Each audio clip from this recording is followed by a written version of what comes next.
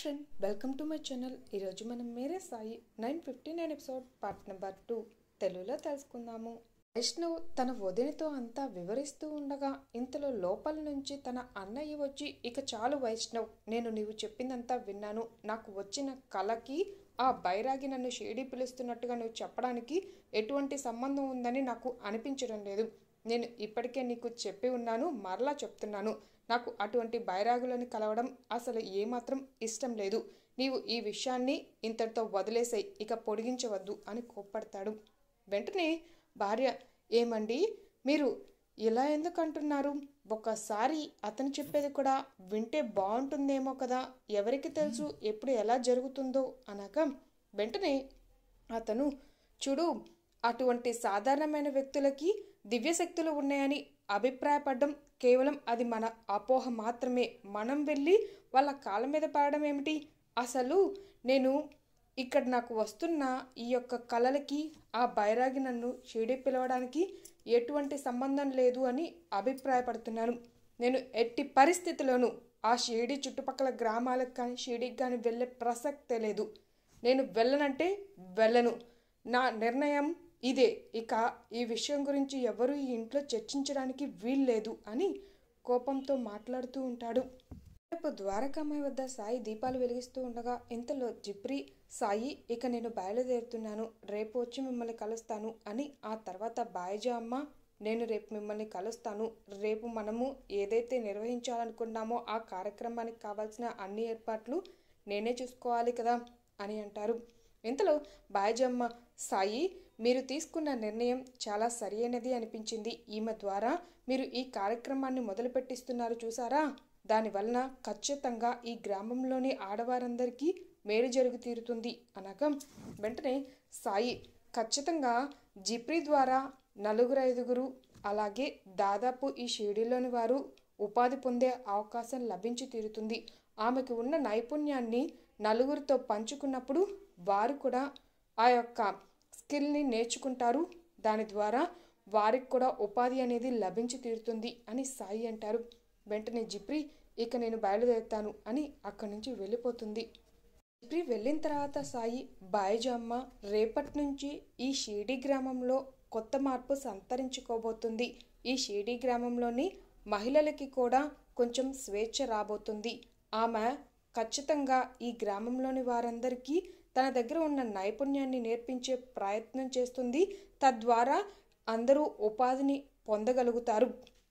ఎవ్వరూ ఇతరుల మీద ఆధారపడవలసిన అవసరం కూడా ఉండదు అనగా వెంటనే బాయిజమ్మ, సాయి, మీ ఆలోచన అనేది చాలా బాగుంది. ఇంట్లో మగవారు ఒక్కడే కష్టపడుతూ ఉన్నారు ఇప్పటి వరకు. ఇప్పుడు ఆడవారు కూడా చేయందించినట్టయితే దాని ద్వారా అందరికీ జీవితంలో ఎటువంటి కష్టం వచ్చినప్పటికీ ఇద్దరు కలిసికట్టుగా వారు కలిసి ఆ సమస్యని పరిష్కరించుకోవడానికి ఒక రకంగా ఆర్థికంగా మార్గం అనేది ఏర్పాటవుతుంది. మీరు ఇది ఏదైతే కార్యక్రమాన్ని మొదలు పెట్టమని మీరు నిర్ణయించారో దాని ద్వారా ఈ షిరిడి గ్రామంలోని ప్రజలందరికీ చాలా మేలు అనేది జరుగుతుంది. నిజంగానే ఇప్పటి నుంచి అందరికీ మంచి జరుగుతుందని నా మనసుకి అనిపిస్తుంది అనగా వెంటనే సాయి, చూడండి బాయిజా అమ్మ, ఇప్పటి వరకు భార్యని కేవలం బానిసగానే అభిప్రాయపడుతున్నారు. అది ఒక అపోహ మాత్రమే. మనం ఇచ్చే ప్రాధాన్యాన్ని బట్టి మన ఇంట్లో మార్పులు చేర్పులు అనేవి జరుగుతూ ఉంటాయి అనగా వెంటనే బాయిజమ్మ, సాయి, మీరు ఈ గ్రామంలోని మగవారి యొక్క ఆలోచన విధానాన్ని మీరు మార్చారు. తద్వారా గ్రామంలోని అందరూ నేర్చుకోవడానికి కావాల్సిన నైపుణ్యాన్ని కూడా మీరే ఏర్పాటు చేశారు. ఖచ్చితంగా ఇది షిరిడీలో ఒక మార్పుకి చిహ్నంగా ఏర్పడి తీరుతుంది. అలాగే భవిష్యత్ తరాలలో కూడా మేలు జరిగి తీరుతుంది. ప్రతి ఒక్క అమ్మాయి తన కాళ్ళ మీద నిలబడే అవకాశాన్ని మీరు కలగజేశారు ఈ రోజున అనగా వెంటనే సాయి, ఎవరైతే ఆడవారికి కొంచెం ప్రయారిటీ ఇచ్చి వారిని ముందుకి ప్రోత్సహిస్తారో వారికి అంతా మేలు జరిగి తీరుతుంది. భగవంతుని సహకారం కూడా ఖచ్చితంగా అంది తీరుతుంది. అల్లా మాలిక్ ఏక్ అని అంటారు. మరోవైపు ముంబైలో వైష్ణవ్ అన్నయ్య నిద్రపోతూ ఉండగా అతనికి కలలో ధుని, సాయి యొక్క భిక్షపాత్ర, జోలి, ద్వారకామాయి, షిరిడి గ్రామం ఇలా అన్ని కళ్ళలో మెదలడం వల్ల ఒక్కసారిగా ఉలిక్కిపడి పైకి లేచి ఆ తర్వాత గుమ్మం దగ్గరికి వెళ్ళి చూసేసరికి అక్కడ ఒక వ్యక్తి కూర్చొని లోపలికి వస్తున్న తేళ్లని అడ్డుకుంటూ కనిపిస్తాయి. వెంటనే అలా ఇది కళ లేక నిజమా అని చెప్పి ఆశ్చర్యభరితంగా చూస్తూ ఉంటాడు. చాలా ఎక్కువ మొత్తంలో తేళ్లన్నీ అక్కడికి రావడం కనిపిస్తూ ఉంటుంది. వెంటనే అతను కంగారు పడిపోతూ, రోజు కేవలం కలలో నాకు ఒక్క తేలు కనిపించేది, అటువంటిది ఇప్పుడు ఇన్ని వందల తేళ్ళు ఇంట్లోనికి వస్తూ ఉండడం ఏమిటి, అది ఈ వ్యక్తి రాకుండా అడ్డుకుంటూ ఉన్నారు అంటూ అలా అనుకుంటూ అసలు ఎవరితను, నీవెవరు అని అడుగుతారు. ఇంతలో ఈ సంభాషణ మొత్తం కలలో జరుగుతుంది అనే విషయం అతనికి అర్థమవుతుంది. అలా ఆ వ్యక్తి ఎవరా అని చూడడానికి ప్రయత్నం చేస్తూ ఉండగానే అతనికి మెలకు వచ్చి తెల్లవారిపోతుంది. మరలా ఇదే కల వచ్చింది. అసలు ఆ వ్యక్తి ముఖం నాకు కనిపించలేదు, ఏం జరుగుతుంది నాకు అని అలా అతను అభిప్రాయపడుతూ బాగా తెల్లవారిపోయింది, నేను నిద్రపోతూ ఉండగా ఒక్కసారిగా ఉలిక్కి పడ్డాను అని అతను అలా మాట్లాడుకుంటూ ఉండేసరికి భార్య వచ్చి, ఏమండి మరలా అదే కల వచ్చింది కదూ, మీరు అందుకే ఇలా ఉలిక్కి పడ్డారు కదూ అని అడుగుతుంది. వెంటనే అతను, నీవేమీ కంగారు పడవలసిన అవసరం లేదు, నేను ప్రస్తుతం బాగానే ఉన్నాను అనగా వెంటనే భార్య, ఏమండి వైష్ణవ్ చెప్పిన దాని గురించి ఒకసారి ఆలోచించండి. అలాగే మరో ముఖ్యమైన విషయం ఏమిటి అంటే అతను మిమ్మల్ని కలవడానికి వచ్చారు, మీకు అధికారులు ఏదో సమాచారం అందించమని చెప్పారంట, వీలైనంత త్వరగా బయటికి రండి అనగా వెంటనే అతను తయారయ్యి అలా హాల్లోనికి వెళ్ళి, ఏమిటి వైష్ణవ్ విషయం ఏమిటి అని అడుగుతారు. వెంటనే అతను, ఇది మీకోసమే పంపించారు, ఇదిగోండి పత్రాలు అని చేతికిస్తారు. వెంటనే అతను, పత్రాల ఏముంది అందులో అని తెరిచి అలా చదవడం మొదలు పెడతాడు. అందులో అతను షిరిడి వెళ్ళాలి అని రాసి ఉండడంతో అతను ఒక్కసారిగా కంగు తింటాడు. భార్య, ఏమైందండి, ఏమిటి విషయం అని అడగ్గా, నేను ఉన్న పలంగా షిరిడీకి బయలుదేరాలని చెప్పి నాకు ఆదేశం వచ్చింది అని అలా ఆలోచనలో ఉండగా ఇంతలో భార్యకి ఒక్కసారిగా ముందు రోజు అతను కోప్పడిన మాటలు అలాగే అతను మాట్లాడినవి అన్నీ గుర్తు వస్తాయి. నేను ఎట్టి పరిస్థితుల్లోనూ షిరిడి వెళ్ళే ప్రసక్తే లేదు అన్నారు, కానీ ఇప్పుడు ఒక్కసారిగా ఇలా షిరిడి వెళ్ళాల్సిన పరిస్థితి వచ్చింది అంటే ఇది ఆలోచనాపరంగా జరగడం లేదు, ఖచ్చితంగా ఇది జరగాలని రాసిపెట్టి ఉంది కాబట్టి జరుగుతుంది అనుకుంటాను, నా భర్త దాన్ని నమ్మడం లేదు అని ఆమె మనసులో అనుకుంటూ ఉంటుంది. వెంటనే భర్త, ఖచ్చితంగా నీవు వీలైనంత త్వరగా ఏర్పాట్లు చేయి అని ఇంట్లోనికి వెళ్ళిపోతారు. ఇంతలో వైష్ణవ్, చూసారా నిన్న అన్నయ్య వెళ్ళడానికి ఇష్టపడలేదు, కానీ ఈ రోజున అతను వెళ్ళాల్సిన పరిస్థితి అలా నెలకొనింది, ఇది ఖచ్చితంగా ఒక రకంగా అతని మంచి కోసమే జరుగుతుందని నా అభిప్రాయం వదిన అని వారు మాట్లాడుకుంటూ ఉంటారు. మరుసటి రోజు నానాసాహెబ్ గారు సాయితో పాటు నడుచుకొని వెళ్తూ ఉంటారు. ఇంతలో సాయి, ఏమిటి విశేషాలు అని అడగ్గా వెంటనే నానాసాహెబ్ గారు, సాయి, నేను వైద్యుడు పిల్లాయి గారిని కలిశాను, అతను ప్రస్తుతం ఇప్పుడు పూర్తిగా కోలుకొని బాగున్నారు, అతను తన పని తను ముంబైలో చక్కగా చేసుకుంటున్నారు, అతను వీలైనంత త్వరగా తిరిగి మరలా ఇక్కడికి వచ్చి అతను మిమ్మల్ని కలుస్తానని కూడా చెప్పమన్నారు అనగా అలా వారు మాట్లాడుకుంటూ వెళ్తూ ఉండేసరికి మరోవైపు నుంచి ఇప్పుడు కూలి పనికి ఎవ్వరూ లభించడం లేదు, మనం పంటని సరైన సమయానికి కోయలేకపోయినట్టయితే ఖచ్చితంగా మనకి ఇబ్బంది అనేది వచ్చి తీరుతుంది, ఏం చేయాలో కూడా అర్థం కావడం లేదు చందు అని అలా ఇద్దరు వ్యక్తులు మాట్లాడుకుంటూ కనిపించడం సాయికి వినిపిస్తుంది. వెంటనే చందు, చేసేదేమీ ఉంది, ఇప్పుడు ఎలాగో కులకర్ణి సర్కార్ గారి ఆదేశం, పనిలోనికి కూలి వాళ్ళు రాకూడదు అని చెప్పి ఇప్పుడు మనం చేయదగింది ఏమీ లేదు, వీలైనంత వరకు ఒకరికి ఒకరం సహాయం చేసుకొని మన పంటని ఎలాగోలా కోసుకొని మనం సంతకి తీసుకొని వెళ్ళి అమ్ముకునే ప్రయత్నం చేయాలి, అప్పుడు మాత్రమే మనకి లాభాలు వస్తాయి, లేదంటే ఖచ్చితంగా ఈ సంవత్సరం నష్టాలని చవి చూడాల్సిన పరిస్థితి నెలకొంటుంది అని వారు మాట్లాడుకుంటూ వెళ్ళడం సాయి చెవిన పడుతుంది. వెంటనే సాయి అలా వింటూ కొంత దూరం ముందుకు వెళ్తారు. ఇంతలో గంగారాం గారి దగ్గరికి ఒక వ్యక్తి చేరుకొని, నాకు కొంచెం ధాన్యం కావాలి, అలాగే కొన్ని ముడి దినుసులు కావాలి, వీలైనంత త్వరగా వాటిని నాకు పంపించండి అనగా వెంటనే గంగారాం గారు, నేనేం చేయగలుగుతాను చెప్పండి, కులకర్ణి సర్కార్ గారు కూలివారిని పనిలోనికి రానియకుండా చేశారు. ఇప్పుడు ఆ పని చేయడానికి నా దగ్గర పనివారు కూడా లేరు. నేను ఎలా పంపించగలుగుతాను? నాకు చాలా పెద్ద భారం అయిపోయింది. నా దగ్గర అన్ని సరుకులు ఉన్నప్పటికీ కూడాను ఎవ్వరికి ఎటువంటివి నేను అందించలేకపోతున్నాను. ఇంత పెద్ద దుకాణం ఉండి కూడా నాకు కూలి వాళ్ళు దొరక్కపోతే నేను మాత్రం ఏం చేయగలుగుతాను? సరైన సమయానికి మీరేమో అన్ని పంపించమంటున్నారు, నాకేమో ఇప్పుడు పంపడానికి మనుషులు లేకుండా పోయారు. నాకు ఆ పని చేయడానికి అలవాటు కూడా లేదు.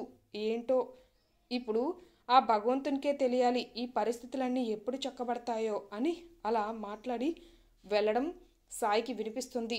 వెంటనే నానాసాహెబ్ గారు, సాయి, దాదాపు ఈ షిరిడీలోని ప్రజలంతా సర్కార్ గారు విధించిన ఈ యొక్క శిక్షకి ఇబ్బంది పడుతున్నారనిపిస్తుంది. ఖచ్చితంగా దీనికి ఏదో ఒక పరిష్కార మార్గం చూడాలి, లేదంటే ఖచ్చితంగా షిరిడీలోని ప్రజలంతా ఇబ్బంది పడడం ఖాయం. అలాగే పంట నష్టం, అలాగే కొంతమందికి ఆస్తి నష్టం కూడా వస్తుందని నాకు అనిపిస్తుంది అని వారు మాట్లాడుకుంటూ వెళ్తారు. మరోవైపు కులకర్ణి సర్కార్ సంగీత సాధన చేస్తూ ఉండగా ఇంతలో తేజు అక్కడికి చేరుకొని అల్పాహారం పెట్టి వెళ్ళబోతుంది. వెంటనే కులకర్ణి సర్కార్, ఏమిటి పాలు తీసుకురాలేదు, కేవలం అల్పాహారం మాత్రమే తీసుకువచ్చావు అని అంటారు. వెంటనే తేజు, పనివారు లేరు కదా, మరి ఆవు నుండి పాలు ఎవరు పిండుతారు? పాలు లేకపోతే నేను పాలు ఎలా తీసుకువచ్చి ఇవ్వగలుగుతాను? మీరే కదా కూలి వాళ్ళని పనులకు రావద్దు అని చెప్పి ఆదేశించారు. అది మన మీద కూడా ప్రభావం చూపుతుంది. దాదాపు పశువుల చావడి మొత్తం ఎక్కడికక్కడ చల్లా చెదురుగా ఉంది. కనీసం శుభ్రం చేయడానికి ఒక్క పనివారు కూడా లేకపోవడంతో మన ఇంటిలో కూడా అన్ని సమస్యలు వచ్చి పడ్డాయి. మీరు ఏదైనా చేసే ముందు 1-2 సార్లు ఆలోచించి నిర్ణయాలు తీసుకోవాలని ఒక్కసారైనా గుర్తు చేసుకునే ప్రయత్నం చేయాల్సి ఉంటుంది. ఇప్పుడు పని వాళ్ళని రావద్దు అని ఆదేశించారు, అది కేవలం గ్రామంలోని వారి మీద మాత్రమే పడుతుంది అని మీరు అభిప్రాయపడ్డారు. ఈ గ్రామానికి అధిపతి అయిన కులకర్ణి సర్కార్ అయిన మీరు కూడా ఇప్పుడు ఇబ్బందులు ఎదుర్కోవాల్సిన పరిస్థితి వస్తుందనే విషయాన్ని ఎందుకు గ్రహించలేకపోయారు అనగా వెంటనే కులకర్ణి సర్కార్, నేను రుక్మిణితో చెప్తానులే అని అంటారు. వెంటనే తేజు, చూడండి, ఇప్పుడు అత్తయ్య పనిలో ఉన్నారు, నేను పనిలో ఉన్నాను. ఉదయం నుంచి సాయంత్రం వరకు మాకు ఇంటి పనులు, వంట పనులు ఇలా అన్నీ సరిపోతున్నాయి. ఉదయాన్నే అత్తయ్య మీ పూజకు కావాల్సిన అన్ని ఏర్పాట్లు చూసుకోవాల్సి వస్తుంది.